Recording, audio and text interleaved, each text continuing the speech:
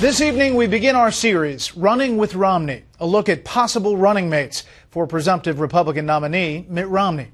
We begin with a rising political star, Florida Senator Marco Rubio. From West Miami City Commissioner to Florida State House Representative to the youngest Speaker of the Florida House. Thank you, guys. I appreciate you coming by. To a long-shot U.S. Senate candidate backed by the Tea Party. What I think this debate should be about is the future of America. To the Republican frontrunner in one of the most watched Senate races of 2010. The duty is the office which you're about to enter. To a U.S. Senator in the spotlight, and now to something else. You are 41 at the end of May? Yeah. You're a U.S. Senator. I feel 42. Do you? Yeah. You're a U.S. Senator. Yeah. Who made it through a campaign that was, at the beginning, there was no chance for you. Now you are on a short list, whether you say so or not, for vice president. Do you ever pinch yourself and say, holy cow, how am I here? I pinch myself because of the understanding that I've been blessed with a real rare opportunity that few Americans ever get to serve their government and their people at this level. It doesn't escape me that less than half a decade ago, my family lived very different circumstances. My dad was a bartender, my mom was a maid. It was unimaginable that anybody in the next generation would be able to attain. I mean, this is what other people did, not, people that came from where they came from. So those things strike me. The other stuff is fleeting. What will matter is what I do here. Rubio's resume shows a politician on the move, and one who largely credits his success to hard-working parents who came to the U.S. from Cuba. I think that's a tribute to them, no doubt about it.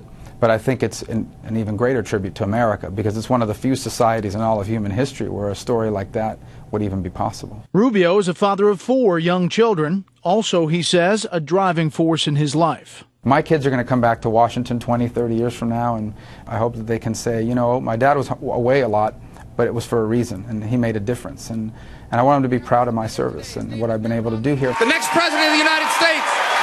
On the stump, Rubio hits home a message of fiscal discipline and limited government. What we need most from government is to create an environment that encourages people to go out and start businesses and grow their existing businesses. And you do that through a regulatory framework and a tax code that people understand and is predictable and they can comply with. As a member of the Senate Foreign Relations Committee and the Select Committee on Intelligence, Senator Rubio says the biggest foreign policy issue is American leadership in the world. Only America can put together the kind of international coalitions that it takes to confront everything from human trafficking to the issues revolving Iran and Syria. So an example of Syria. The Friends of Syria is a collection of a bunch of countries, all the Gulf states. About 80 countries are part of the Friends of Syria. And yet they can't get their act together because in the absence of American leadership, there's no catalyst to put a group together to confront that very important issue. So do you think that the U.S. should be leading the way in some kind of military action in Syria? Military options are the last options on the table. They always have to be. The Syrian people aren't asking Americans to send troops to the ground. They're just asking for some help in being able to defend themselves and further their democratic aspirations. So I think there's all sorts of things that can be done there, whether it's the creation of a safe haven, whether it's in Turkey or even on the Syrian side of the border, providing communications equipment, potentially providing warfare equipment, not through the United States, but through some of our allies as part of the Friends of Syria. There's all sorts of options on the table. But none of those things are going to happen if there isn't frontal American leadership. All answers that analysts say show why Rubio is a rising star. A strong philosophical conservative with a ability to communicate that message in a way that attracts people across the political spectrum. But young. Senator Rubio reportedly wowed foreign policy experts at the Brookings Institution last week in a private question and answer session.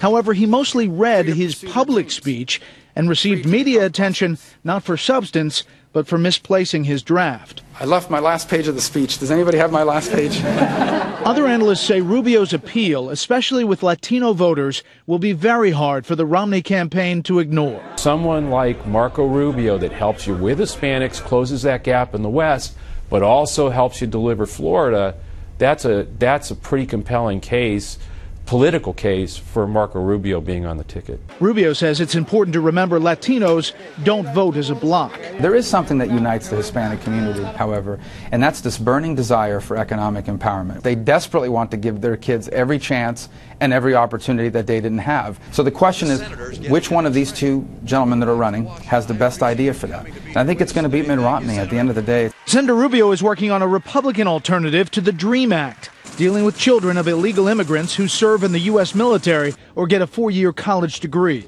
Can Republicans pass that? Can you get the Republican Party on board? The difference between my bill and the DREAM Act is the DREAM Act creates a special category to get your residency, and I think that would be counterproductive. So that's what we're working on. Again, the details is what people deserve before they take a firm position, and I hope people will give it a chance, because it's a good faith endeavor to deal with it. I think is a compelling issue. There are a lot of people out there who would like to see you on the ticket.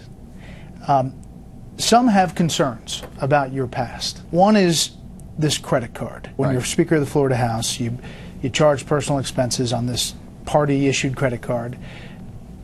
What happened with that? At the end of every month, we would get those statements. We would see what was on there that was party-related, and the party would pay that. If it wasn't party-related, I would pay that directly to American Express. Now, obviously, in hindsight, it looks bad, right? I mean, why are you using the party credit card at all? Well, some of these expenses were because a travel agent had the number, you know, the credit card number, and they billed it to that card instead of the other card. Sometimes it was just a mistake. I mean, literally just reached for the wrong card. But it's important people understand I did not bill personal expenses to the Republican Party of Florida. The Republican Party of Florida never paid my personal expenses. Never. But look, you know, I shouldn't have done it that way. It was lesson learned. Another thing that people raise concerns about, what is your relationship with Representative Rivera? He's a friend. I mean, he's a friend I've known on a personal level even before I was elected or he was elected to office. So look, I know he's going through a tough time, and we've all read the press reports, and none of us like to see that about anybody, much less a friend, and he's going to have to deal with those issues. Those issues, in case you haven't seen the press reports, are allegations that Miami Republican Congressman David Rivera misused various offices and campaigns for personal gain. He's reportedly been under investigation by at least 5 different law enforcement agencies for a range of violations, including payments of more than $500,000 from gambling operations after legislation passed in the state house that he lobbied for.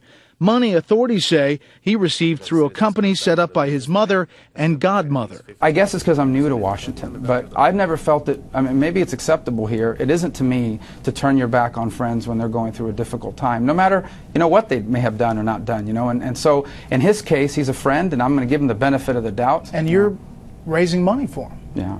You're holding a fundraiser for him? Well, he's a friend. He's asked me to attend a fundraiser. He's accountable to the people of his district who elected him and are going to have to re-elect him. Rubio is hosting a fundraiser for Rivera in May. Adding to the media questions, Rivera and Rubio bought a house together in Tallahassee during their time in the State House, a house the bank was moving to foreclose.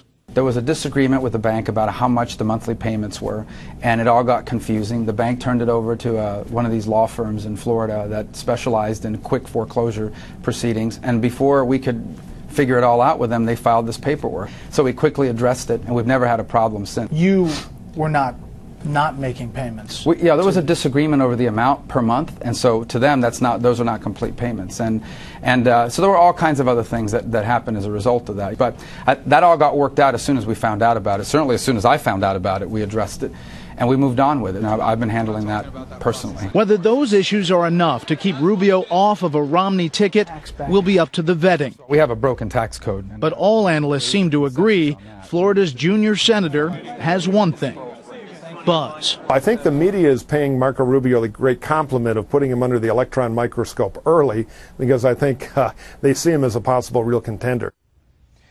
You can see my full interview with Senator Rubio on our homepage at foxnews.com/special report. Tomorrow's